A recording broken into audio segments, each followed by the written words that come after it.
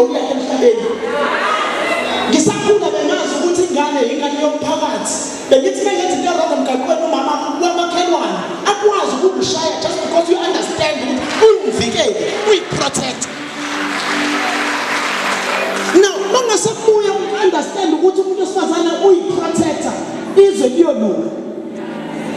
Now, yilo nto fanele ibamba ukuthi why Nkosi? Because I used to say edenza ukuthi kube nama scandals amangaka abantu besithuma umuntu osifudlwebulile. Recently kodwa kade sikhuluma ngaphansi la. Kunomuntu wesilisa olale nengane yesikole. Udinga uzoyivideorizer ingane yesikole ukuthi ulale nayo. Now, we understand ukuthi ukungcola. Remember ukuthi uNkulunkulu wathatha inhlabathi. Inyama iyakuveza ukuthi vele mina ngiphume ngingcoleni. That's why most of the time when you but if there is a woman, you need to understand that you come from the rib. You are a strong bond to protect this planet. That's good enough.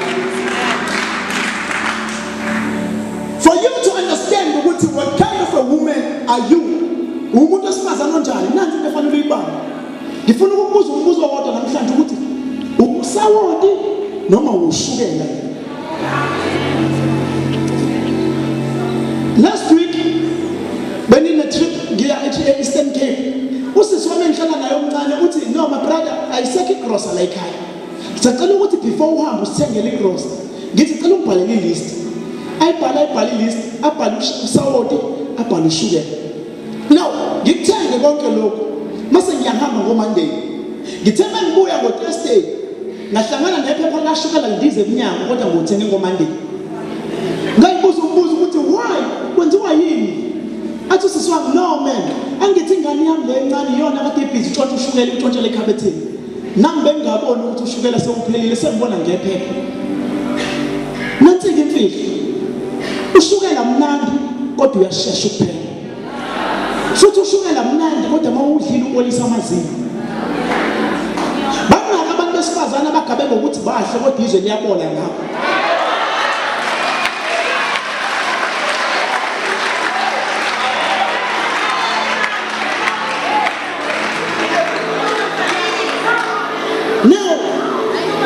Mnandi ushukela kodwa uyaphela ukuyashesha ukuphela. Yabona abantu mina ngiyengithi ezenye ingane zabantu zithi ziphusha ama-books khona zibe yiphusha ama-looks. Lezi eyiphusha ama-looks zithi igqoka ama-gown ziyograder. Lezi eyiphusha ama-looks zibe ziyesibhedlela ziyochecker.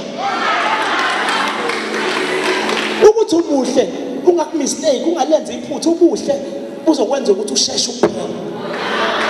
Now mawuphela ushukela ngishona ekhabetheni ngiyocheck usawoti usavaliwe akasetshenziswa. Ngikhumbula ukuthi no man usawoti une taste embi kodwa uyalasta. Number 2, ungayipheka ibhodwe lakho uyifake zonke izithako ezibizayo kodwa mawungafanga usawoti alitaste kamnandi lelo bhodwe. Number 3, usawoti awudingi ube nenani elikhulu. Mawufake just a tip of a teaspoon, it will make the great change in the pot. Ngizokubuza ukuthi ufuna ukushukela noma usawoti. Now, nathi ke fanele uyibambe. Ayikho into emhlungu. Njengokuhlangana nomuntu osifazana owumazi ukuthi wayemuhle. Kodwa usuyakhomba ukuthi kwakukhona intombazane lapha. Sekuyiphepha lashukela indize eminyaka. Bebhiza abafana beyitshotshela ekhabetheni.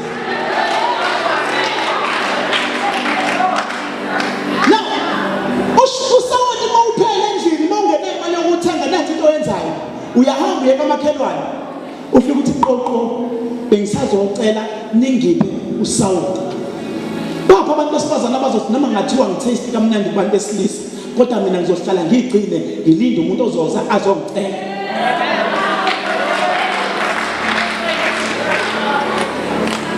Now ngicela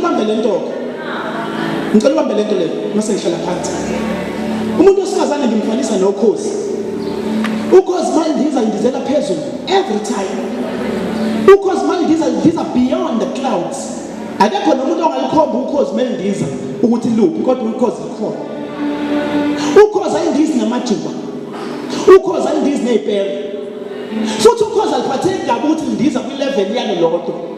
Kodwa ukhozi luthi wonke umuntu ofuna ukufika kwi-level yami ngeke ngize ngehlisa ilevel yami ukuze ngifike kuyena. Uyena ufuna ukuyisa ilevel yakhe ukuze afike kimi. Amathuba ngempela ayafisa ukundiza nokhozi. Kodwa ukuze afike kwilevel yokhozi fanele raise standard sayo.